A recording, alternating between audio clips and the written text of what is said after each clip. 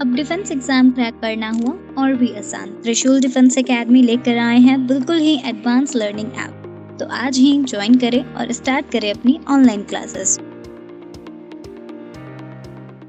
जय हिंद एवरीवन। तो चलिए क्लास के साथ जुड़ते हैं। सभी लोग क्लास के साथ जुड़ते चलो। क्लास को अभी शुरू करते हैं। अनुराग, जय हिंद। जय हिंद बेटा। चलिए, तो आज का जो हमारा टॉपिक है, आज हमारा मॉडर्न हिस्ट्री का मतलब एंड होगा। हमने कल लास्ट टाइम कितना पढ़ा था? हमने लास्ट टाइम देखा था सिविल डिसोबीडियंस मूवमेंट खत्म हो गया था, राउंड टेबल कॉन्फ्रेंसेस हो गई थी, 3 हुई थी। उसके बाद कम्युनल अवार्ड आया था, यानी दलितों को अलग से पृथक निर्वाचन की पद्धति, वो भी, उसमें भी गांधी जी ने एक तरह से आमरण अनशन कर लिया। कहाँ पे? जेल में बैठ के। और उन्होंने किसके किसके बीच में? बी आर अम्बेडकर और मदन मोहन मालवीय के बीच में क्या करा दिया? सुलह करा दी। ठीक है, वहां से वो पूरा सारा चीज हो गई और वो सुलह हुई तो उसको क्या कहा गया? पूना पैक्ट, और उसमें सेपरेट इलेक्टोरेट की मांग को खारिज कर दिया गया। उसके बाद आता है गवर्नमेंट ऑफ इंडिया एक्ट 1935, 1935। उसी में बर्मा को अलग कर दिया जाता है। ठीक है, उसी के तहत रिजर्व बैंक ऑफ इंडिया का गठन होगा। ठीक है, चलिए फिर उसके बाद हम आगे बढ़ते हैं और उसी गवर्नमेंट ऑफ इंडिया एक्ट 1935 के तहत प्रांतीय चुनाव होते हैं। और चुनाव में सबसे ज्यादा चुन के आते हैं, जो सबसे ज्यादा सीटें जिसको मिलती हैं वो रहती है हमारी कांग्रेस पार्टी। मुस्लिम लीग को यहीं से खनक जाता है। उसको लगता है अच्छा, मतलब अगर हम भारत में रहे तो हम कांग्रेस से आगे कभी नहीं निकल पाएंगे। तब उसके दिमाग में एकदम बैठ जाता है कि अब तो अलग राष्ट्र चाहिए ही चाहिए। ठीक है, मुस्लिम लीग को। तो चलिए, फिर उसके बाद बेटा 1937 में चुनाव होते हैं। 1937 के बाद उसी वक्त कांग्रेस के 2 अधिवेशन होते हैं। एक 1938 का अधिवेशन जो होता है वो आपका इसको हरिपुरा सेशन कहते हैं, और 1939 में त्रिपुरी का सेशन होता है। हरिपुरा सेशन गुजरात में हुआ था 1938, 1938 और 1939। ये हम कांग्रेस सेशन आपको लिखा चुके हैं। और 1939 वाला कब हुआ था? वो त्रिपुरी में हुआ था। त्रिपुरी जगह कहाँ है? जबलपुर में है। ठीक है, आज के मध्य प्रदेश में। तो 1938-39 में लगातार चुनाव में अध्यक्ष कौन बनते हैं कांग्रेस के अध्यक्ष पूछ रहे हैं बेटा। ठीक है, सुभाष चंद्र बोस। और जब 1939 की बात होती है तो गांधी जी एक अपना बंदा खड़ा करते हैं कि भाई पट्टाभी सीताराम मैया को, और गांधी जी कहते हैं कि पट्टाभी की हार मतलब मेरी हार। उसके बाद भी आपके कौन जीतते हैं? सुभाष चंद्र बोस। तो सुभाष चंद्र बोस को लगता है कि अब मैं चुनाव में चुन के आ गया हूँ, गांधी जी का कैंडिडेट हार गया, गांधी जी को बुरा लगेगा, तो वो अपने आप से अध्यक्ष पद से इस्तीफा दे देते कांग्रेस के सदन के। ठीक है, यानी कांग्रेस का जो अधिवेशन हुआ करता था ना साल में एक बार, उसे त्रिपुरी संकट के रूप में जाना जाता है। उस कांग्रेस के अधिवेशन को त्रिपुरी संकट, है ना। चलिए, फिर उसके बाद आपका 19 फिर उसके बाद आपके सुभाष चंद्र बोस कांग्रेस से चले जाते हैं और वो किसका गठन करते हैं? फॉरवर्ड ब्लॉक बनाते हैं। बाद में फिर वो छिपते छिपाते रशिया से जर्मनी होते हुए जापान पहुंचते हैं। वहां पे वो इंडियन नेशनल आर्मी की कमान उनको सौंप दी जाती है। तो ये चीजें हम देखेंगे। अब हम आ जाते हैं बेटा 1940 में। 1940 में क्या था? 1940 में 19, अब थोड़ा सा वर्ड पॉलिटिक्स से अपने आप को कनेक्ट करके देखना। 1939 में आपका शुरू हो जाता है क्या? वर्ल्ड वॉर 2, द्वितीय विश्व युद्ध। प्रथम विश्व युद्ध कब हुआ था? 1914 से 18 में। और द्वितीय विश्व युद्ध कब शुरू हो जाता है? 1939 में। और द्वितीय विश्व युद्ध जब शुरू हो जाता है तब भारत से सेना भेजनी पड़ेगी। कहाँ पे? वहां पे अंग्रेजों के यहाँ लड़ने के लिए, यूरोप में।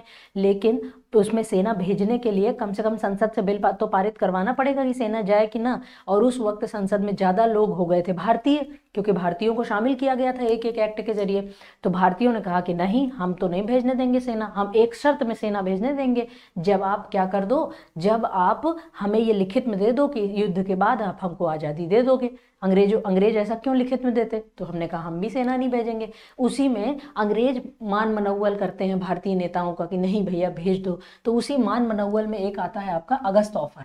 अगस्त ऑफर कब आया था? 1940 में। तो कॉपी में लिखना अगस्त ऑफर 1940 में। द्वितीय विश्व युद्ध के दौरान भारतीय राष्ट्रीय कांग्रेस के नेता भारतीयों की सहमति के बिना भारत को युद्ध में खींचने के लिए ब्रिटिश सरकार से नाराज थे। लॉर्ड लिनलिथगो ने बिना किसी परामर्श के भारत को जर्मनी के साथ युद्ध करने की घोषणा कर दी। अब ये भारतीयों को मनाना चाह रहे थे कि भैया तुम युद्ध में शामिल हो जाओ। भारतीय उनका नहीं, नहीं शामिल होंगे, पहले लिखित में दो कि तुम हमको आजाद कर दोगे। जब ये सारी चीजें नहीं हो रही थी तब अंग्रेजों ने जबरदस्ती भारतीय सेना को वहां पे शामिल कर दिया। कहाँ पे? ब्रिटेन में, युद्ध में। तो भारत ने, यानी कि कांग्रेस जो चुन के गई थी सदन में, केंद्रीय सदन में, प्रांतीय सदनों में, कांग्रेस ने इस्तीफा दे दिया। ठीक है। तो उसी के वे उन्हीं को मनाने के लिए अगस्त ऑफर लेके आते हैं। फ्रांस धुरी शक्तियों के हाथों गिर गया था और मित्र राष्ट्रों को युद्ध में कई पराजय का सामना करना पड़ रहा था। ब्रिटेन में भी सत्ता परिवर्तन हुआ। 1940 में विंस्टन चर्चिल ब्रिटिश प्रधानमंत्री बने। 1940 में ब्रिटेन में युद्ध के दौरान ही ब्रिटेन में जब चुनाव होते हैं तो वहां पे पीएम कौन बनते हैं? Winston Churchill. विंस्टन चर्चिल को बेटा ऐसे याद रखना, विंस्टन चर्चिल भारत को बहुत ज्यादा पसंद नहीं करेगा, ठीक है। अब देखना इसी युद्ध के चक्कर में, सेकेंड वर्ल्ड वॉर के चक्कर में रसद पानी जो इतना अनाज वनाज यहाँ उग रहा था वो सब वहां पहुंचाना था। वहां पे तो भाई युद्ध हो रहा था तो बम वम गिर रहे थे तो फसलें कुछ हुई नहीं, तो यहीं से सारा सामान गया, जिस वजह से यहाँ पे अकाल पड़ जाएगा भारत में। बंगाल में उस वक्त का जो बेटा 1942 का अकाल पड़ेगा ना, लाखों लोग कहते हैं बंगाल की 1/3 जनता साफ हो गई अकाल की वजह से। और वो अकाल विंस्टन चर्चिल की नीतियों की वजह से आया था, क्योंकि उसने यहाँ का पूरा अनाज कहाँ मंगवा लिया? ब्रिटेन। फिर ब्रिटिश सरकार युद्ध के लिए भारतीय समर्थन पाने की इच्छुक थी। अब ब्रिटिश सरकार को था कि भाई भारत का समर्थन चाहिए। ब्रिटेन पर स्वयं नाजियों द्वारा कब्जा किए जाने का खतरा था। नाजी यानी हिटलर उस वक्त एकदम उदय हो गया था उसका। एक तरफ वर्ल्ड वॉर में था हिटलर, और हिटलर के साथ आपका इटली, और इसके साथ आपका कौन था? जापान, है ना। और जो आपका विरोध में जो थे वो था आपका ब्रिटेन, आपका फ्रांस और आपका रशिया, ये सब एक उसमें थे। इनको धुरी मित्र राष्ट्र बोलते थे। और जो धुरी राष्ट्र थे वो जर्मनी, इटली और जापान, इनको धुरी राष्ट्र बोलते थे, ठीक है। मित्र राष्ट्र और धुरी राष्ट्र। मित्र राष्ट्र में ब्रिटेन, फ्रांस, रशिया और अमेरिका भी बाद में ज्वाइन कर लेगा, है ना। और जो आपके धुरी राष्ट्र रहते हैं उसमें आपका जर्मनी, इटली और आपका जापान, ठीक है। चलिए फिर देखते हैं। फिर वायसरॉय रिनलिथगो ने प्रस्तावों का एक सेट बनाया जिसे अगस्त प्रस्ताव कहा गया। पहली बार भारतीयों को अपना संविधान बनाने के अधिकार को स्वीकार किया गया। अंग्रेजों ने पहली बार स्वीकार किया कि भारतीयों को ठीक है संविधान बनाने की इजाजत देते हैं, और वो प्रस्ताव दिया गया था अगस्त प्रस्ताव में। तो अगस्त प्रस्ताव में लिख लेना कि first time they give the Indians the right to form their own constitution, ठीक। चलिए फिर आते हैं। अब अगस्त ऑफर के टर्म्स क्या क्या थे? युद्ध के बाद भारत के लिए संविधान बनाने के लिए एक प्रतिनिधि भारतीय निकाय का गठन किया जाएगा जो डोमिनियन स्टेटस भारत के लिए उद्देश्य था, ठीक है। अच्छा, अब अगस्त प्रस्ताव में ये लोग कह रहे हैं कि तुम हम लोग अपना संविधान बना लेना और तुमको हम डोमिनियन स्टेटस देंगे। डोमिनियन स्टेटस की बात को तो 1928 में खारिज कर दिया गया था। 1929 के लाहौर अधिवेशन में कहा गया था भैया पूर्ण स्वतंत्रता चाहिए, ठीक है। फिर पहली बार गोरों की तुलना में अधिक भारतीयों को शामिल करने के लिए वायसराय की कार्यकारी परिषद का तुरंत विस्तार किया जाएगा। हालांकि रक्षा, वित्त और गृह विभाग अंग्रेजों के पास ही रखे जाएंगे। अब वायसराय की एग्जीक्यूटिव काउंसिल यानी आज की तारीख में देखें तो प्रधानमंत्री की कैबिनेट मंत्रालय, है ना। कैबिनेट मिनिस्टर्स जैसे आपके डिफेंस मिनिस्टर हो गए, ये सब कैबिनेट मंत्री है ना, बड़े वाले जो मंत्री आपके हैं, ठीक है। तो ऐसे में ये कहा गया कि अब वायसराय की जो कैबिनेट यानी कि कार्यकारिणी परिषद है, एग्जीक्यूटिव काउंसिल, उसमें भारतीयों को और ज्यादा शामिल किया जाएगा। केवल 2-3 छोड़ के, जैसे होम मिनिस्ट्री नहीं दी जाएगी, डिफेंस मिनिस्ट्री नहीं दी जाएगी और फाइनेंस मिनिस्ट्री नहीं दी जाएगी, है ना। एंड किसको नहीं दी जाएगी? भारतीयों को नहीं दी जाएगी, वो अंग्रेज संभालेंगे, ठीक है। और एक सलाहकार युद्ध परिषद की स्थापना की जाएगी, ये भी अगस्त ऑफर में बात कही गई, ठीक है। तो और ये अल्पसंख्यकों को एक आश्वासन दिया गया कि सत्ता का कोई भी हस्तांतरण सरकार की किसी भी प्रणाली में नहीं होगा जिसके अधिकार को भारतीय राष्ट्रीय जीवन में बड़े और शक्तिशाली तत्वों ने सीधे तौर पर अस्वीकार कर दिया। बोले सत्ता का हस्तांतरण नहीं होगा। अगस्त ऑफर में सब कुछ कहा कि कॉन्स्टिट्यूशन बना लो, डोमिनियन स्टेटस मिल जाएगा, लेकिन सत्ता का हस्तांतरण यानी कि अंग्रेजों के पास ही सत्ता रहेगी। भारत ने कहा हम पागल है, हम टोटल इंडिपेंडेंस चाहिए, तुम हमको सत्ता का हस्तांतरण बता रहे हो। इसके बाद महात्मा गांधी ने अभिव्यक्ति की स्वतंत्रता के अधिकार की पुष्टि के लिए व्यक्तिगत सत्याग्रह की शुरुआत की, ठीक है। अब ये जो आपका अगस्त प्रस्ताव आया तो इसमें लीडर्स, अब अगस्त प्रस्ताव के प्रावधान देख रहे हो ना, इसको तो कोई भी नकार देगा। तो अब गांधी जी ने कहा अब समय आ गया है किस चीज का? इंडिविजुअल सत्याग्रह का, यानी कि व्यक्तिगत सत्याग्रह का। गांधी जी सत्याग्रह सबको मिला कर रहे थे ना, अब गांधी जी ने कहा हम लोग व्यक्तिगत सत्याग्रह करेंगे, ठीक है। महात्मा गांधी ने अभिव्यक्ति की स्वतंत्रता के अधिकार को लेते हुए व्यक्तिगत सत्याग्रह का आंदोलन देंगे। द फर्स्ट 3 सत्याग्रहीज, ये लाइन लिख लेना, एग्जाम में बहुत बार पूछी गई है, मोस्ट इंपॉर्टेंट लाइन है कि सबसे पहले जो गांधी जी का इंडिविजुअल सत्याग्रह था यानी व्यक्तिगत सत्याग्रह की शुरुआत जो गांधी जी ने 1940 में करी, सबसे पहले सत्याग्रही कौन थे? विनोबा भावे। दूसरे भी पूछे गए हैं बहुत बार, जवाहरलाल नेहरू, और तीसरे लिख लो ब्रह्मदत्त, ठीक है। तीनों के नाम लिख लो। विनोबा भावे सबसे पहले सत्याग्रही थे, विनोबा भावे, दूसरे थे जवाहरलाल नेहरू, तीसरे थे ब्रह्मदत्त। चलिए आगे देख लेते हैं।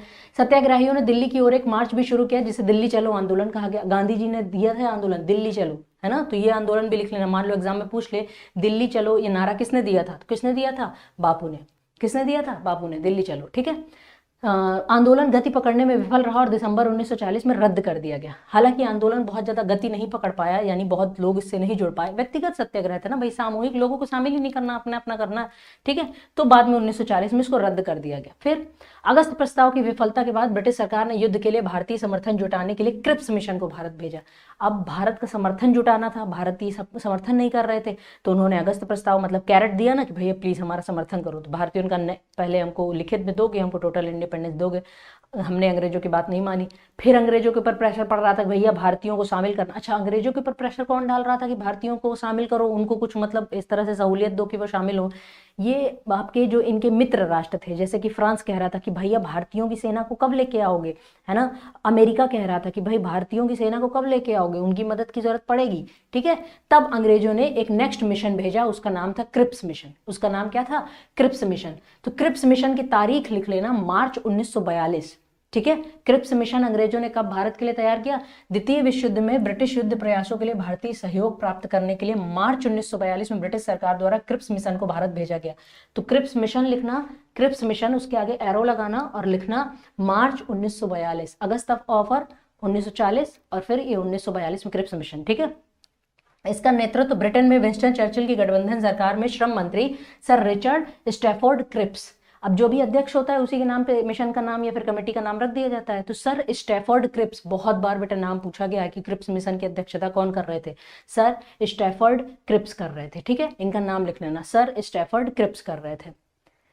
फिर उसके बाद ये रहे, इनका नाम ये रहा, सर रिचर्ड स्टैफोर्ड क्रिप्स, ठीक है। चलिए, फिर जापान भारत की पूर्वी सीमाओं के बाहर आगे बढ़ रहा था और युद्ध में बर्मा का पतन अंग्रेजों के लिए एक झटका था। अब जापान, पता है जापान उधर की तरह, अगर आपको वर्ल्ड ज्योग्राफी पता हो तो जापान साउथ ईस्ट चाइना सी से होते हुए, साउथ चाइना सी से होते हुए कहां तक आ गया था? बर्मा, म्यांमार आ गया था। म्यांमार में कब्जा कर लिया था। उसके बाद वो नॉर्थ ईस्ट में एंटर कर रहा था, मिजोरम मणिपुर के जरिए, ठीक है। तो हम देखेंगे जापान भारत की पूर्वी सीमाओं में आगे बढ़ रहा था और युद्ध में बर्मा का पतन अंग्रेजों के लिए एक बड़ा झटका था। भारत पर जापानी आक्रमण का खतरा मंडरा रहा था और ब्रिटेन के युद्ध प्रयासों के लिए भारतीय समर्थन आवश्यक था। अब भारत में, अब सोचो, अंग्रेजों के यहाँ तो खतरा था हिटलर का यूरोप में, और अंग्रेजों की जो सबसे बड़ी कॉलोनी थी, यानी कि सबसे बड़ा उपनिवेश जहां से सबसे ज्यादा कमाई होती थी, भारत, वहां पे खतरा था जापानी हमले का, ठीक है। तो ऐसे में अंग्रेजों को था कि भाई अब तो दोनों तरफ से घिर रहे हैं, वहां पे भी अपने होम क्षेत्र में भी घिर रहे हैं, मतलब होम कैडर में भी, और यहाँ पे भी घिर रहे हैं भारत में, ठीक है। जब 1939 में द्वितीय विश्व युद्ध छिड़ गया तो वॉयसरॉय लॉर्ड लिनलिथगो, भारत में वॉयसरॉय कौन थे? Lord Linlithgow. तो अगर आपसे पूछा जाए कि भारत में जब भारत छोड़ो आंदोलन चला, क्विट इंडिया मूवमेंट, उस वक्त भारत के वॉयसरॉय कौन थे? लॉर्ड लिनलिथगो, ठीक है। और जो गांधी जी अरेस्ट हुए थे, कम्युनल अवार्ड आया था, तब कौन थे? लॉर्ड लैंसडाउन, ठीक है। चले, ने ब्रिटिश साम्राज्य के हिस्से के रूप में भारत को युद्ध में एक पक्ष घोषित किया। यह भारतीयों से परामर्श किए बिना किया गया और इसके कारण कांग्रेस पार्टी ने बड़े पैमाने पर विरोध प्रदर्शन किया। 7 प्रांतीय सरकारों का नेतृत्व कर रहे पार्टी नेताओं ने अपने पदों से इस्तीफा दे दिया। मुस्लिम लीग ने इसे मुक्ति दिवस के रूप में मनाया, ठीक है। तो क्रिप्स मिशन का बैकग्राउंड क्या था कि जब लॉर्ड लिनलिथगो ने कहा कि नहीं, भारतीय इस युद्ध में शामिल हो रहे हैं, कब? 1939 में, बिना भारतीयों से पूछे, बिना सरकार की रजामंदी के, जब ऐसा वायसरॉय ने बोल दिया तो कांग्रेस ने इस्तीफा दे दिया था, है ना।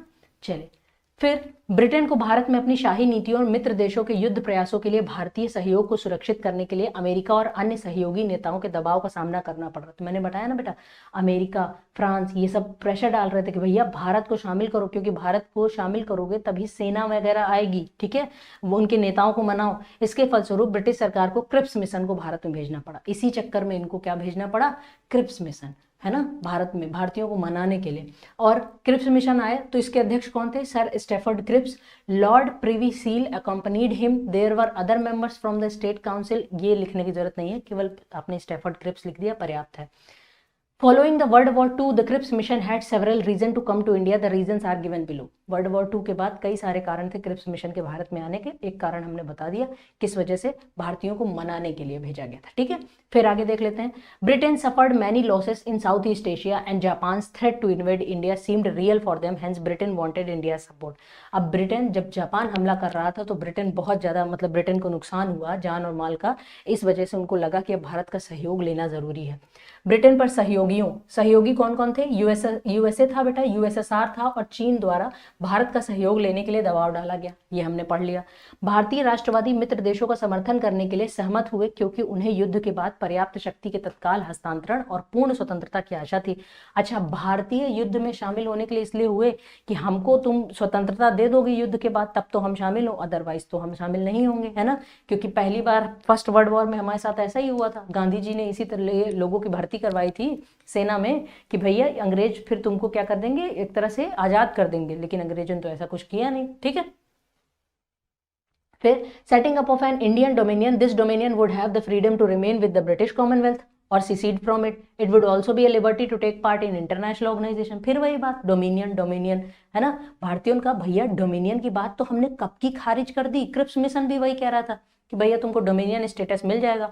और कॉमनवेल्थ, कॉमनवेल्थ उन देशों को कहते हैं, बट आज भी कॉमनवेल्थ गेम्स आप लोगों ने सुने होंगे। कॉमनवेल्थ गेम्स केवल उन देशों के बीच में होते हैं जो कभी ना कभी ब्रिटेन के गुलाम रहे हैं, है ना, उनको पूरा बोलते हैं, उनको कॉमनवेल्थ बोलते हैं, ठीक है।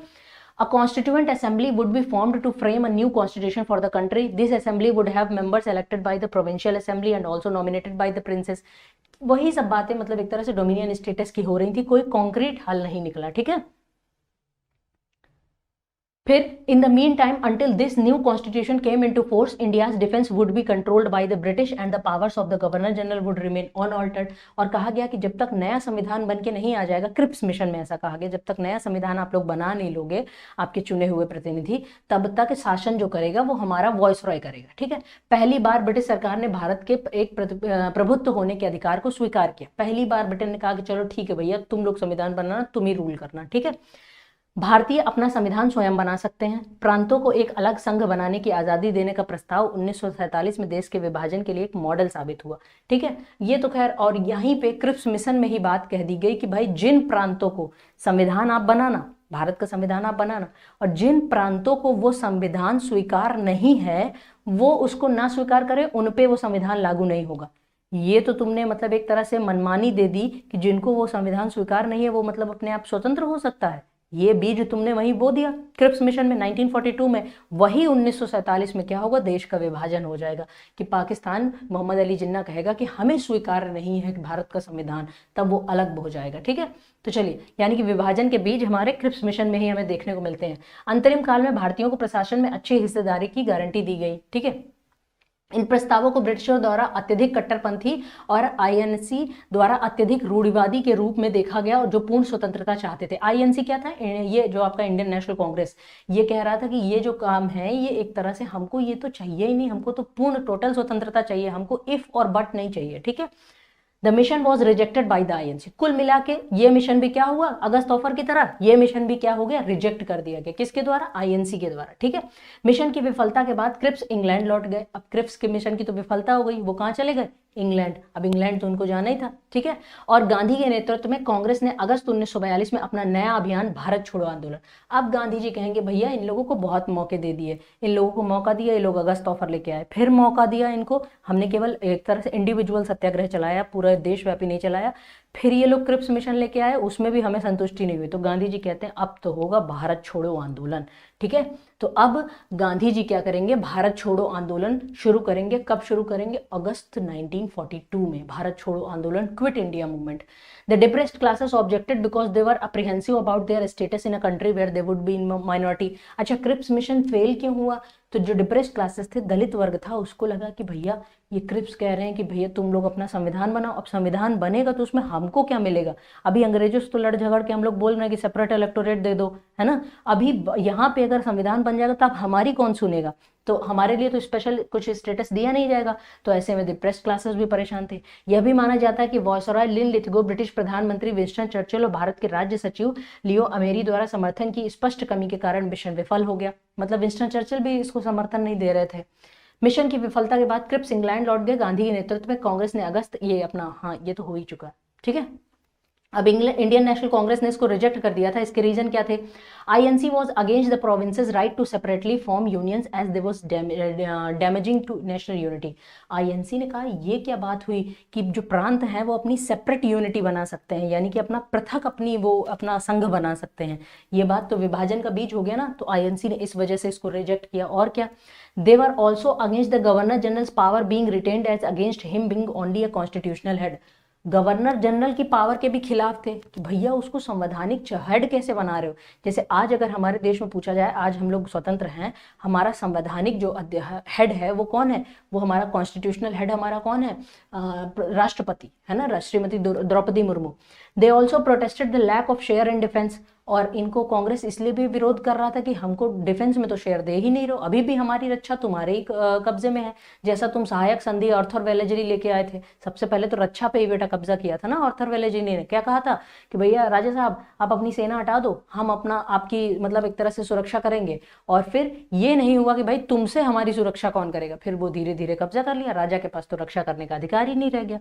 There was no concrete plan for the immediate transfer of power. और क्या था, क्रिप्स मिशन में ऐसा कुछ भी नहीं लिखा था कि तुरंत ही ट्रांसफर ऑफ पावर होगी, मतलब एक तरह से पोस्ट डेटेड चेक था वो। फिर Muslim League rejected the Cripps Mission for the following reason. Muslim League ने क्यों रिजेक्ट किया क्रिप्स मिशन को? They didn't like the idea of single union of India. उन्होंने भारत के सिंगल यूनियन ऑफ इंडिया के आइडिया को पसंद नहीं किया।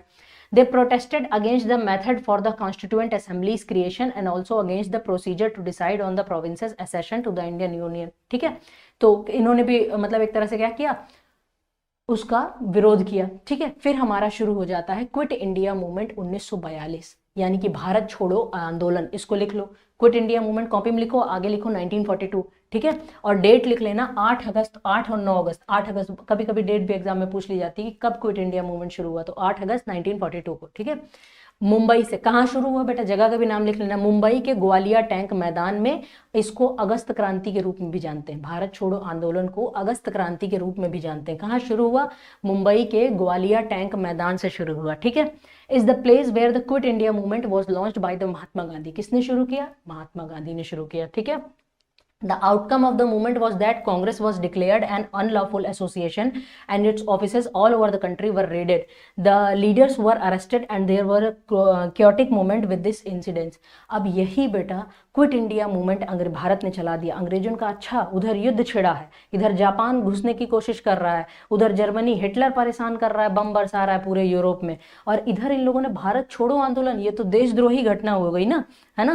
तो ऐसे में अंग्रेजों ने कांग्रेस को इलीगल घोषित कर दिया और कांग्रेस के जितने हेडक्वार्टर थे सब में क्या किया, ताला लगाना शुरू किया। और मतलब बहुत ज्यादा जहां भी कांग्रेसी दिख गए उन पे एक तरह से लाठीचार्ज करना शुरू कर दिया। ठीक है, यानी कि बाहर तो लड़ाई हो ही रही है, वहां यूरोप में लड़ाई हो ही रही है, इधर जापान लड़ाई कर ही रहा है, ऊपर से अंदर भी लड़ाई शुरू हो गई, आंतरिक विद्रोह भी शुरू हो गया।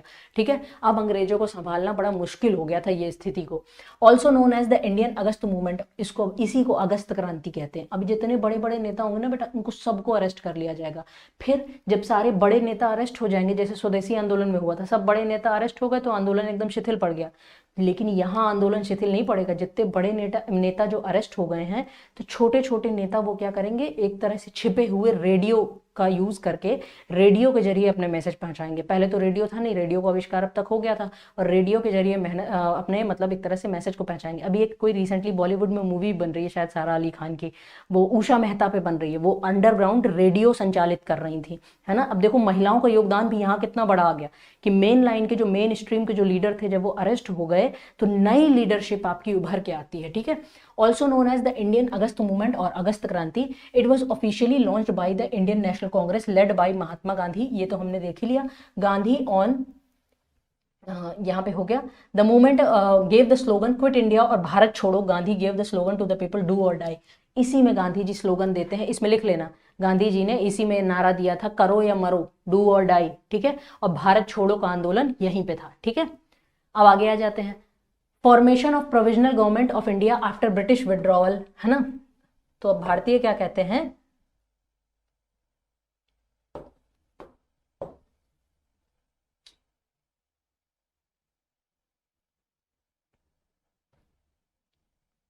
ठीक है, यहां तक हो गया था।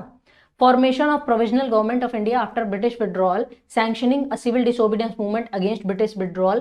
अब government Gandhi instruction to various section of the public. अब गांधी जी ने क्या क्या गांधी जी जब भी आंदोलन चलाते थे तो कुछ इंस्ट्रक्शन देते थे, भैया क्या क्या करना है आंदोलन में, ठीक है। तो गांधी जी ने इंस्ट्रक्शन दिया, do not resign your job but proclaim loyalty to the INC। Gandhi ji ने कहा कि इस बार जॉब मत छोड़ना, लेकिन अपनी जो लॉयल्टी रखना, अपनी जो मतलब आस्था रखना, वो किस पे रखना, इंडियन नेशनल कांग्रेस पे रखना। Soldiers be with the army but refrain from firing on कंपेट्रियट्स।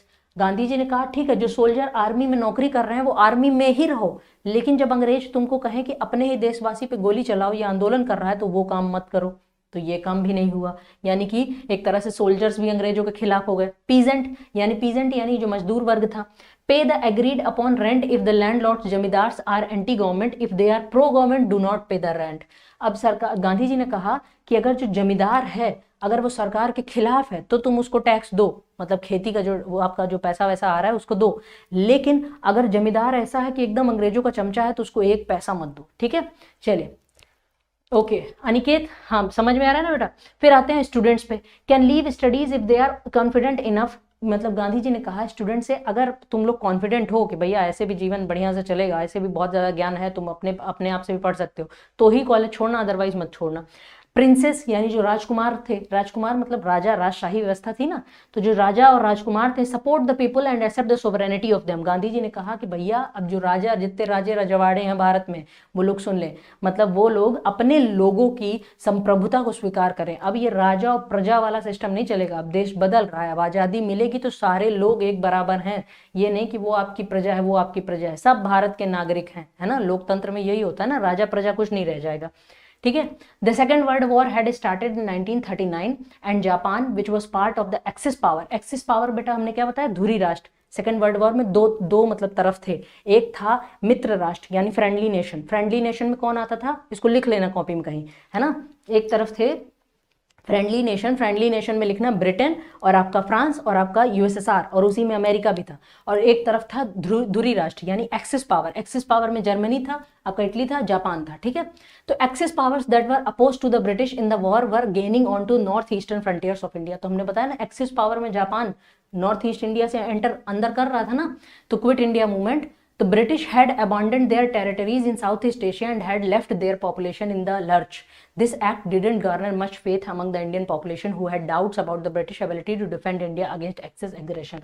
अच्छा, जब जापान कब्जा कर रहा था ना उधर की तरफ, साउथ ईस्ट एशिया यानी कि आपके म्यांमार में, थाईलैंड में, लाओस में, उधर वाले एरिया में जब धीरे धीरे जापान अपना कब्जा बढ़ा रहा था, उधर यूरोप में जर्मनी अपना कब्जा बढ़ा रहा था, कब्जा बढ़ाते बढ़ाते कहाँ, रशिया तक पहुंच गया था, तब अंग्रेजों ने वहां की पब्लिक को वैसे ही छोड़ दिया। उन्होंने कहा जो मरने दो। तो अंग्रेज, भारत के लोगों को लगा कि ये अगर जापान यहाँ तक आ गया ना तो ये हमको भी ऐसे ही छोड़ के चले जाएंगे, है ना, ये रक्षा नहीं कर पाएंगे हमारी। फिर Gandhi also believe that if the British left India Japan would not have enough reason to invade India. हालांकि गांधी जी को यह भी लगता था अगर ब्रिटिश भारत को छोड़ के चले जाएं तो जापान भारत पे फिर कब हमला नहीं करेगा। अच्छा, जापान बेटा उस वक्त पता है नॉर्थ ईस्ट इंडिया में भी आ गया था, अंडमान निकोबार इधर वाले एरिया को भी कब्जा कर लिया था जापान ने। Apart from hearing news about British setbacks in the war, the wartime difficulties such as high prices of essential commodities fostered resentment against the British government. अब जब भी युद्ध होता है तो महंगाई आती है, युद्ध होता है तो हर चीजें महंगी होती चली जाती हैं, तो बस महंगाई आई, लोगों का दिमाग खराब हुआ कि क्या है सरकार एकदम सब कुछ महंगा करती चली जा रही है। अब response to Quit India Movement, यानी कि क्विट इंडिया मूवमेंट के लिए रिस्पॉन्स क्या क्या है, लोगों ने किस तरह से इस हिस्सा लिया।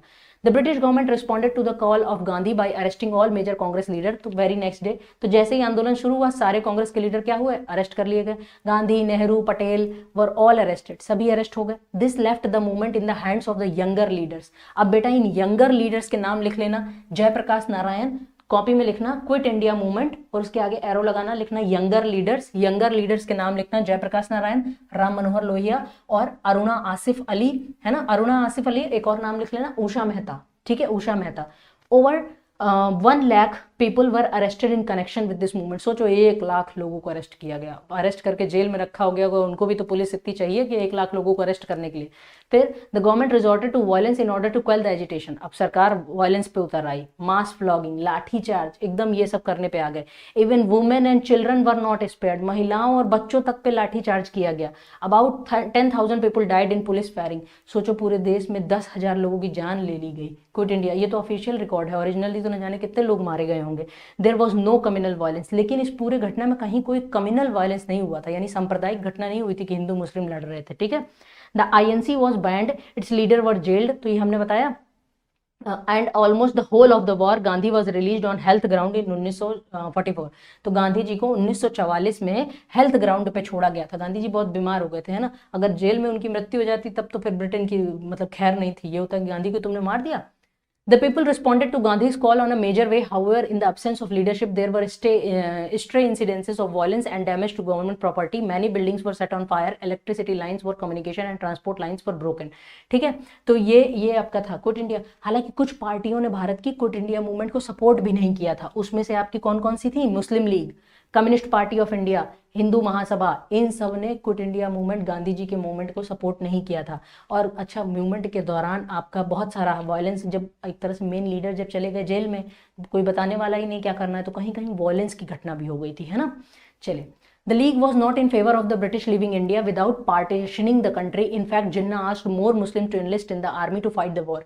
जिन्ना कह रहे थे नहीं अंग्रेज अभी मत जाओ, अभी मत जाओ, पहले हमको क्या करो, बांट दो, तब हमको जाओ, ऐसे छोड़ के मत जाओ, है ना। क्योंकि उनको डर था कि अगर ये ऐसे ही छोड़ के चले गए तब तो हमको ये मतलब कांग्रेस ही हमेशा जीतेगी और हम कभी मतलब एक तरह से पावर में नहीं आ पाएंगे। पावर के भूखे थे जिन्ना, मोहम्मद अली जिन्ना, ठीक है। तो वो अंग्रेजों से कह रहे थे नहीं नहीं तुम मत जाओ, तुम मत जाओ, तुमको सपोर्ट चाहिए ना, तो मैं ज्यादा से ज्यादा मुस्लिम से अपील करता हूँ कि तुम सेना में भर्ती हो और अंग्रेजों की मदद करो, ठीक है। तो ये काम मोहम्मद अली जिन्ना ने किया। The Communist Party supported the war waged by the British since they were allied with the Soviet Union, है ना। कम्युनिस्ट पार्टी जो थी, कम्युनिस्ट, अच्छा कम्युनिस्ट पार्टी की विचारधारा कहाँ से आती है? रशिया से आती है। रशिया से कम्युनिज्म की शुरुआत होती है, कम्युनिज्म की, ठीक है।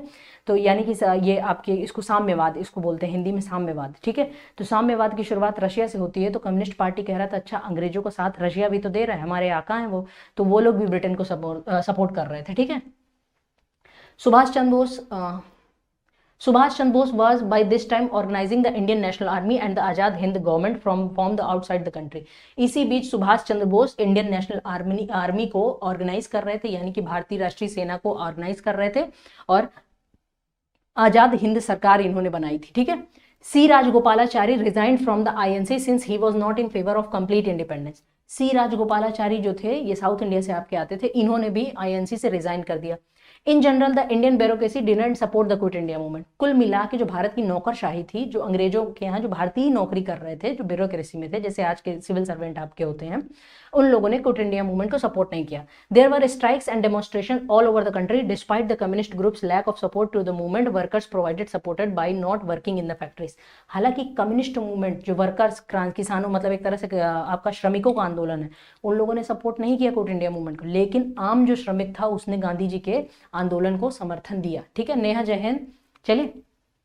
इन सम प्लेसेस पैरेलल गवर्नमेंट, बेटा इसको लिख लो, ये लाइन मोस्ट इंपॉर्टेंट है, बहुत बार एग्जाम में पूछा गया है कि क्विट इंडिया मूवमेंट के दौरान समानांतर सरकारें कहां कहां बनी थी। तो सबसे पहले लिखना समानांतर सरकार बलिया, तुमलुक और सतारा। बलिया डिस्ट्रिक्ट, तामलुक डिस्ट्रिक्ट, सतारा डिस्ट्रिक्ट, यहाँ बनी थी पैरेलल, समानांतर सरकारें बन गई थी, अलग से सरकार उन्होंने बना दी थी, ठीक है। बलिया में चित्तू पांडे बनाते हैं, चित्तू पांडे के नेतृत्व में बलिया में समानांतर सरकार बनाई जाती है। The chief area of the movement were UP, Bihar, Maharashtra, Midnapore, Karnataka. The movement lasted till 1944। ये मूवमेंट चला कब तक? क्विट इंडिया मूवमेंट 1944 तक चला। मूवमेंट का केंद्र कहाँ था? यूपी में था, बिहार में था, महाराष्ट्र में था, आपके मिदनापुर में था, कर्नाटक में था, ठीक है। 3 जगह समानांतर सरकार बनी थी, बलिया में, तामलुक में, सतारा में, ठीक। चलिए, सरकार के भारी दमन के बावजूद लोग घबराए नहीं और अपना संघर्ष जारी रखा। ये क्विट इंडिया मूवमेंट की सबसे बड़ी क्या थी? उपलब्धि थी। और क्या था? डिस्पाइट हैवी, हाँ ये हो गया। फिर the movement place the demand for complete independence at the top. वही मांग थी, हर जगह वही मांग है। अगस्त ऑफर के टाइम भी वही मांग थी, क्रिप्स मिशन में भी वही मांग थी, क्विट इंडिया मूवमेंट में भी वही मांग है, टोटल इंडिपेंडेंस, और कुछ तो चाहिए ही नहीं, टोटल इंडिपेंडेंस, पूर्ण स्वराज। अब आते हैं बेटा, अब 1944 में क्विट इंडिया मूवमेंट खत्म हो गया। अब क्विट इंडिया मूवमेंट खत्म होने के बाद विश्व युद्ध भी खत्म हो गया था। विश्व युद्ध कब खत्म होता है? 1945 में खत्म होता है। कब खत्म होता है? जब अमेरिका जापान के ऊपर 2 न्यूक्लियर बम गिराता है, एक हिरोशिमा में, एक नागासाकी में। डेट लिख लीजिए कॉपी में, 6 अगस्त 9 अगस्त। 6 अगस्त को हिरोशिमा में, 9 अगस्त को नागासाकी में अमेरिका क्या करता है? बम गिराता है। 6 अगस्त 1945, 9 अगस्त 1945, कहाँ? हिरोशिमा और नागासाकी में। कौन बम गिराता है? अमेरिका। ये दोनों जगहें हिरोशिमा नागासाकी हैं कहाँ? ये आपके जापान में है। इसी के बाद, इसी घटना के बाद आपके जो जापान है और जो जर्मनी, हिटलर को अरेस्ट कर लिया गया था, तो ये सब क्या करते हैं? अपने एक तरह से युद्ध में से वापसी ले लेते हैं। ये लोग कहते हैं कि अब हम घुटने अपने टेक रहे हैं, यानी कि, है ना। अब जब सेकेंड वर्ल्ड वॉर भी खत्म हो गया, है ना, अब सेकेंड वर्ल्ड वॉर खत्म हो गया, और बेटा अब हमने याद करो हमने क्या पढ़ा, 1940 के युद्ध के ही दौरान ब्रिटेन में नई सरकार आई थी, और नई सरकार में प्रधानमंत्री चुन के आए थे विंस्टन चर्चिल। चर्चिल भारतीयों को पसंद नहीं करता था। अगर मैं आपको एक घटना बताऊं, तो क्विट इंडिया मूवमेंट के दौरान उसने बहुत सारा भारत से अनाज मंगवा लिया था ना, तो उस वजह से भारत में अकाल पड़ा। अकाल पड़ा तो बंगाल में बहुत सारे लोगों की जान गई। तो रोज पेपर में छपता था, इतने लोग भूख से मर गए, इतने लोग भूख से मर गए। तो वो विंस्टन चर्चिल के पास न्यूज़पेपर में जब जाता था, तो उसने बोला इतने लोग मर रहे हैं, पहले मुझे बताओ गांधी मरा कि नहीं मरा। उसको इतना गांधी जी से प्रॉब्लम थी कि मतलब इतना अकाल पड़ रहा है, गांधी जी मरे कि नहीं मरे, वो भी दुबले पतले से हैं, है ना। तो ये इस तरह की विचारधारा का व्यक्ति था।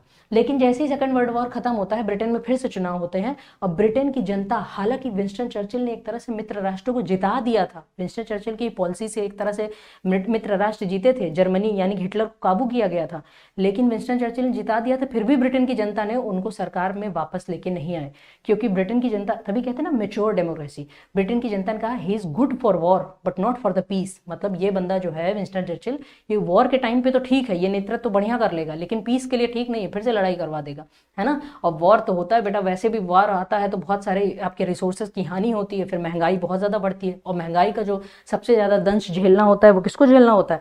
लोगों को ही झेलना पड़ता है ना। Cabinet mission was high-powered mission sent in February 1946 to India by the Attlee government, British PM. The mission had 3 British cabinet members, और इसके कैबिनेट मिशन के बेटा मेंबर्स लिख लो, Patrick Lawrence, Stafford Cripps and A V Alexander.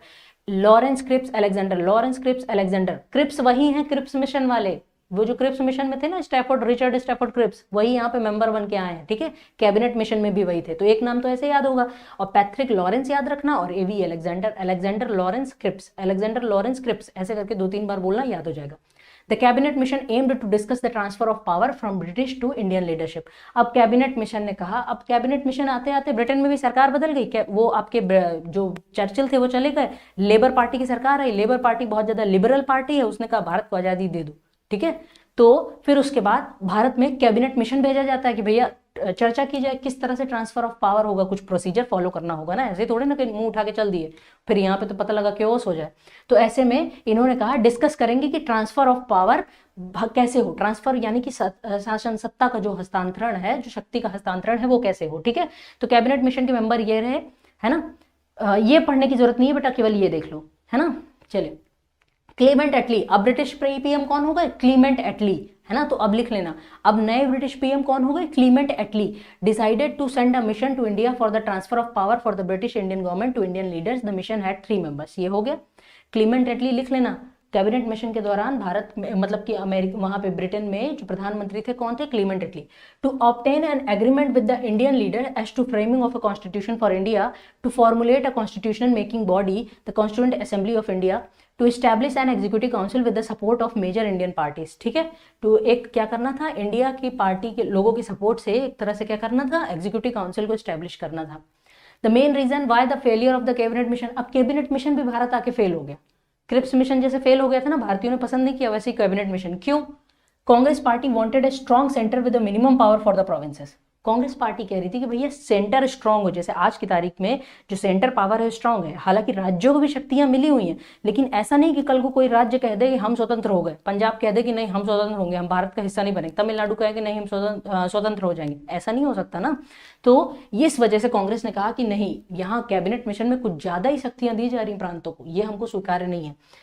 The Muslim League wanted a strong political safeguard for the Muslims like parity in the legislature. Muslim league चाह रही थी कि मुस्लिम्स को एक तरह से जो सेपरेट इलेक्टोरेट जो 1909 में दिया था उसी तरह का कोई सिस्टम कंटिन्यू किया जाए। कांग्रेस ने कहा ऐसे कैसे, हिंदू मुस्लिम सिख ईसाई जब सब बराबर नागरिक हैं तो एक को ज्यादा दर्जा कैसे मिल सकता है।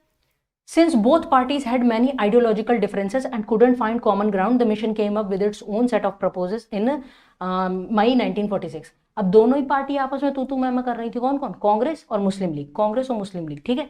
तो ऐसे में कैबिनेट मिशन भी फेल था, क्योंकि दोनों पार्टियों में कई वैचारिक मतभेद थे और कोई आम जमीन मिल नहीं पा रही थी। तो मिशन 1946 में अपने स्वयं के प्रस्तावों के साथ आया, ठीक है। अब मिशन के खुद के प्रपोजल्स क्या थे। मिशन ने फिर से वही बात कर दी, क्या, डोमिनियन स्टेटस। अब भारतीयों ने कहा भैया कितनी बार मना करें, 20 साल से मना कर रहे हैं, डोमिनियन स्टेटस नहीं चाहिए, है ना, टोटल इंडिपेंडेंस चाहिए, फिर वही बात कर रहे हो। तो इन्होंने कहा डोमिनियन स्टेटस आपको देंगे विदाउट पार्टीशन, यानी विभाजन नहीं करेंगे, ठीक है। अब इसको तो कौन ही मानेगा, कोई भी नहीं मानेगा। The provinces would be divided into 3 group. और क्या कहा कैबिनेट मिशन ने कि प्रोविंसेस, प्रांतों को 3 ग्रुप में डिवाइड करेंगे। ग्रुप ए में मद्रास, ये सब पढ़ने की जरूरत नहीं है, ग्रुप ए बी सी ये सब पढ़ने की जरूरत नहीं है।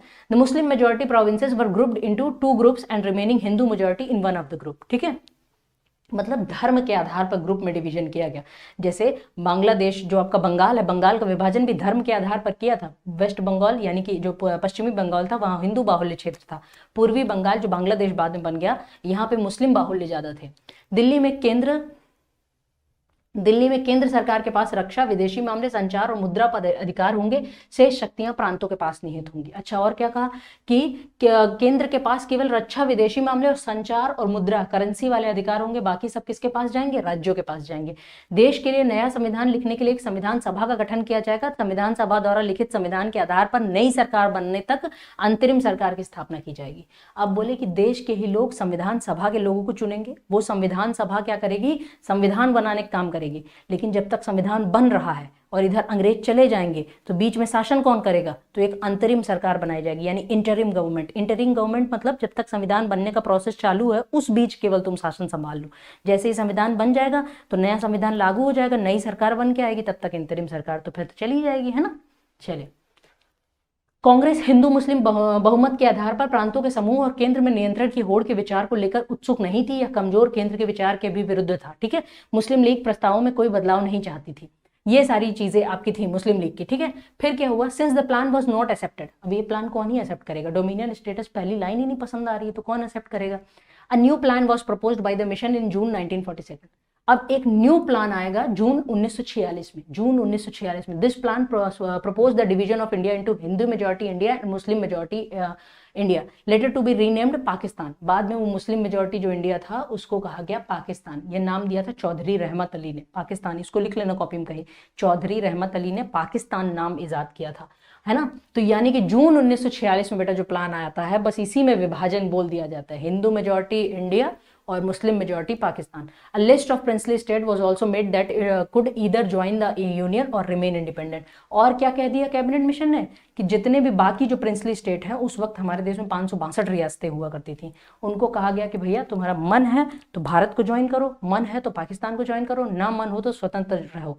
कितना देखो एक तरह से कलेश मचा के अंग्रेज गए, मतलब कहा न मानो तो स्वतंत्र दे, मतलब एक तरह से अपना खुद चले जाएंगे और यहाँ सब लड़ेंगे। 562 लोगों को मनाना कि भैया तुम भारत में आ जाओ, ये काम सरदार वल्लभ भाई पटेल करते हैं, है ना। हालांकि तो सरदार वल्लभ भाई पटेल करते हैं तभी उनको लौह पुरुष कहा जाता है। भैया इतने लोगों, और वो भी आम लोग नहीं कि आम लोगों को मनाना हो, राजा हैं सब, सबके सब राजा हैं, सबके अलग अलग नखरे हैं, ठीक है। तो उनको मनाना, उनको भारतीय संघ में शामिल करना बहुत बड़ी बात होती है।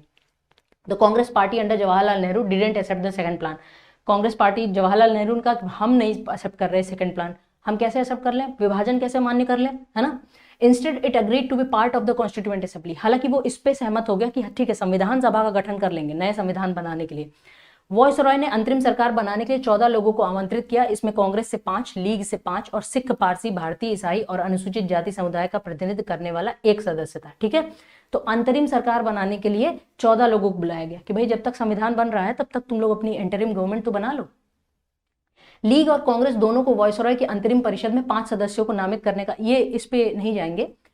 कांग्रेस नेताओं ने वॉयसरॉय की अंतरिम परिषद में प्रवेश किया और इस प्रकार नेहरू ने अंतरिम सरकार का नेतृत्व किया। नई सरकार ने देश के लिए संविधान बनाने का काम शुरू किया। तो अंतरिम सरकार के अध्यक्ष कौन बने, नेहरू बने। बस मुस्लिम लीग को यही मिर्ची लग गई। जिन्ना कह रहा था मुझे पीएम बनना था देश आजाद होने के बाद, अभी नेहरू बन गए तो ये पीएम बनेंगे। बस वहीं से उनको था, ठीक है। फिर Congress led government were formed in the most provinces including the NFW in Bengal and Sindh, the league form the governments, ठीक है। चलिए, तो ज्यादातर प्रांतों में कांग्रेस ने सरकार बनाई, कुछ एक में जहां मुस्लिम ज्यादा थे वहां पे लीग ने बनाई। This call led to wide spread communal. फिर उसके बाद Jinnah and the league objected to the new central government, he geared to agitate for Pakistan and urge Muslims to demand Pakistan by any means, he called the direct action day on 16 August 1946। अब बेटा देखो, कांग्रेस की ज्यादा प्रमुखता हो रही है, लीग साइडलाइन हो रही है, जिन्ना को ये बात पसंद नहीं आएगी। जिन्ना ने कहा कि अरे अब तो लग रहा है विभाजन नहीं होगा, कांग्रेस मान ही नहीं रही है ना, और अंग्रेज भी एक तरह से बिना विभाजन के ही जा रहे हैं। तो मुस्लिम लीग क्या कहते हैं, मुस्लिम लीग जो रहती है मोहम्मद अली जिन्ना, अब मोहम्मद अली जिन्ना कहते हैं अब धर्म के आधार पर उत्साहने का वक्त आ गया है। अब वो कहेंगे डायरेक्ट एक्शन डे, मुस्लिमों को उत्तेजित करेंगे, मतलब बहुत ज्यादा आपके कट्टरपंथी वाले आपके भाषण देंगे, उन भाषणों में कहेंगे कि अपने लिए खुद ही मतलब एक तरह से वो करना है, और डायरेक्ट एक्शन डे घोषित करते हैं 16 अगस्त 1946। ये एग्जाम में पूछा जा सकता है, इस डेट को लिख लो। मुस्लिम लीग ने डायरेक्ट एक्शन डे कब की घोषणा, कब की, 16 अगस्त 1946। और इस डायरेक्ट एक्शन में मुस्लिम्स से कहा कि तुमको जहां हिंदू मिले उनको मारो काटो, ठीक है। और इसकी जो शुरुआत होगी, भयंकर नरसंहार होता है आपका कहाँ पे, बंगाल में, है ना। बंगाल में भयंकर नरसंहार होता है, बहुत ज्यादा बेटा हिंदू मुस्लिम दंगे शुरू हो जाते हैं। गदर वदर मूवी में बहुत सब देखा होगा कि पार्टीशन के टाइम पे कितना उधर से ट्रेनें आ रही थी एकदम लाशें भर भर के, इधर से जा रही थी लाशें भर भर के। तो बस वो ये यहाँ से डायरेक्ट एक्शन डे से शुरू हो जाती हैं।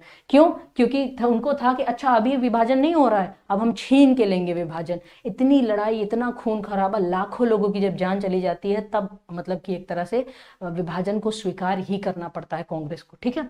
This call led to wide spread communal rioting. अब इससे डायरेक्ट एक्शन डे से क्या हुआ, इस आह्वान के कारण देश में बड़े पैमाने पर सांप्रदायिक दंगे भड़क उठे, और पहले ही दिन कलकत्ता में हजारों लोग मारे गए। पहले ही दिन 16 अगस्त को बताया ना, कलकत्ता में बहुत ज्यादा नरसंहार हुआ। सांप्रदायिक दंगे कई अन्य क्षेत्र विशेषकर नोआखली और बिहार में फैल गए। नोआखली से बेटा ये सांप्रदायिक दंगे शुरू होते हैं। कहाँ शुरू होते हैं? नोआखली। ये नोआखली नाम की जगह लिख लेना, ये नोआखली। नोआखली आज के बांग्लादेश में पड़ता है। इतना भयंकर यहाँ पे हुआ कि जगह मतलब लाइन से एकदम लोगों को मारा काटा गया था, तलवारें ले लेके लोग घरों से निकले, बहुत सारे लोगों को काट डाला।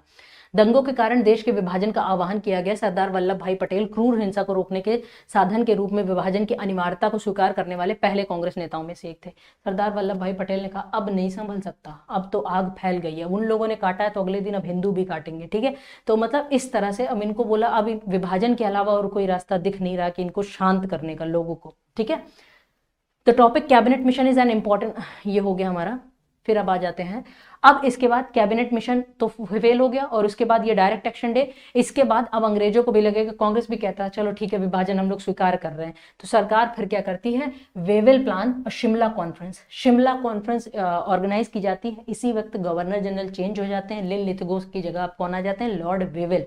लॉर्ड वेवेल शिमला में सबको बुलाते हैं, कॉन्फ्रेंस करते हैं 1945 में, और ये उस वक्त के वॉइसरॉय थे। शिमला कॉन्फ्रेंस में भी वही सब बातें होती हैं जो कैबिनेट मिशन की बातें थी। हालांकि शिमला कॉन्फ्रेंस में क्या बात हुई, मई 1945 में वेवेल ने लंदन का दौरा किया और ब्रिटिश सरकार के साथ अपने विचारों पर चर्चा की। लंदन की इन वार्ताओं के परिणाम स्वरूप एक निश्चित कार्य योजना तैयार हुई, जिसे आधिकारिक तौर पर 14 जून 1945 को एलएस द्वारा सार्वजनिक किया गया, ठीक है। और इसमें वेवेल प्लान में क्या क्या बातें थी, वॉइसरॉय की कार्यकारी परिषद में स्वयं वॉइसरॉय और कमांडर इन चीफ को छोड़कर सभी भारतीय सदस्य थे, मतलब होने थे। और वॉइसरॉय की कार्यकारी परिषद में स्वयं वॉइसरॉय, ये अच्छा ये बार लिखा है। परिषद में जाति, हिंदू, मुस्लिम, दलित वर्ग, सिख आदि सहित सभी भारतीयों को संतुलित प्रतिनिधित्व होना था। वॉइसरॉय गवर्नर जनरल के पास अभी भी वीटो की शक्ति होगी, लेकिन इसका उपयोग न्यूनतम होगा, ठीक है। ये सब वेवेल प्लान में प्रपोज किया गया कि अभी भी पावर जो होगी सबसे ज्यादा किसके पास होगी, वॉइसरॉय के पास होगी। हालांकि शिमला कॉन्फ्रेंस लॉर्ड वेवेल ने 25 जून 1945 को वेवेल योजना पर चर्चा करने के लिए ब्रिटिश भारत की ग्रीष्मकालीन राजधानी शिमला में महात्मा गांधी और एम ए जिन्ना सहित 21 राजनीतिक नेताओं को आमंत्रित किया। शिमला कॉन्फ्रेंस हुई, लेकिन शिमला कॉन्फ्रेंस में भी मुस्लिम लीग सिर्फ ये क्या कह रही थी कि हमको विभाजन चाहिए। तो ये सारी बातचीत आपके शिमला कॉन्फ्रेंस में होती है, ठीक है। फिर अब इसके बाद हम आ जाते हैं Nehru being sworn in as India's prime minister. Indian independence act आता है। अब इसी के बाद नोआखली में दंगे वंगे शुरू हो जाते हैं, पूरे देश में दंगे होते हैं। 1946 से ही दंगे शुरू हो जाते हैं। 1946 में ही संविधान सभा की पहली बैठक होती है। कब होती है? 9 दिसंबर 1946 को संविधान सभा की पहली बैठक होती है, ठीक है। फिर आता है 1947 का Indian independence act. Indian independence act आगे लिख लेना 1947। बस इसी के साथ बेटा क्या होता है, भारत को आज़ादी मिल जाती है। 1947 के भारतीय स्वतंत्रता अधिनियम के तहत भारत को आज़ादी मिल जाती है। भारतीय स्वतंत्रता अधिनियम 1947 को शाही स्वीकृति प्राप्त हुई और 18 जुलाई 1947 को लागू हो गया। 18 जुलाई को लागू हो गया, तभी 14 अगस्त को पाकिस्तान स्वतंत्र हुआ और 15 अगस्त को भारत। ठीक है। भारतीय स्वतंत्रता अधिनियम 1947 ब्रिटिश संसद का एक अधिनियम था जिसमें भारत को भारत और पाकिस्तान के दो स्वतंत्र प्रभुत्वों में विभाजित कर दिया गया। तो इंडियन इंडिपेंडेंस एक्ट लिख देना 1947। इस वक्त भारत के वॉइसरॉय कौन थे? Lord Mountbatten. तो क्वेश्चन ये पूछा जा सकता है कि आजादी के वक्त भारत के वॉइसरॉय कौन थे? तो लॉर्ड माउंटबेटन। ठीक है। फिर चलिए, the legislation was drafted by the labour government of Clement Italy. तो क्लीमेंट इटली थे, है ना, उन्होंने ही ये कानून बनाया, ये इंडियन इंडिपेंडेंस एक्ट, ये अधिनियम उन्होंने ही पास किया। It was based on the Mountbatten plan. किस पे बेस्ड था? माउंटबेटन प्लान पे। उस वक्त वॉइसरॉय कौन थे? माउंटबेटन। 3 जून प्लान, इसी को 3 जून भी प्लान कहते हैं। 3 जून 1947 को ही प्लान तैयार हुआ था ये माउंटबेटन का। Formulated after leaders of the Indian National Congress and the Muslim League agreed to the recommendation of viceroy Lord Mountain. Lord Mountain की बातों पे दोनों सहमत हो जाते हैं कि भैया अब ठीक है, विभाजन हो जाएगा और ये सारी चीजें हैं, जो भी प्रांत भारत में जाना चाहे वो भारत में जाए, जो भी प्रांत आपके पाकिस्तान में जाना चाहे वो पाकिस्तान में जाए। लॉर्ड माउंटबेटन भारतीयों को सत्ता सौंपने के विशिष्ट कार्य के साथ साथ भारत आए, लेकिन कांग्रेस और लीग विभाजन के प्रश्न पर सहमत नहीं हो सके। ठीक है। हालांकि माउंटबेटन द्वारा प्रस्तावित प्रारंभिक योजना, जिसे डिकी बर्ड योजना के नाम से भी जाना जाता है, का नेहरू के विरोध किया था। इस योजना के अनुसार प्रांतों को स्वतंत्र घोषित किया जाना था और फिर उन्हें संविधान सभा में शामिल होने या ना शामिल होने की अनुमति दी जानी थी। नेहरू ने इसका विरोध किया। हालांकि ये सब सारी बारी बातें थी। माउंटबेटन ने कहा कि चलो भैया प्रांत तो स्वतंत्र हो जाएंगे, इतना डीप में हम लोग नहीं जाएंगे। केवल कुल मिला के ये था, इंडियन इंडिपेंडेंस एक्ट जो आता है उसके बैकग्राउंड में माउंटबेटन प्लान था। ठीक है, माउंटबेटन प्लान था, उसी के तहत क्या किया गया? The act designed to grant independence to India Pakistan with effect from 15 August 1947। बस इतना आपको लिख लेना और कुछ आपको नहीं लिखना।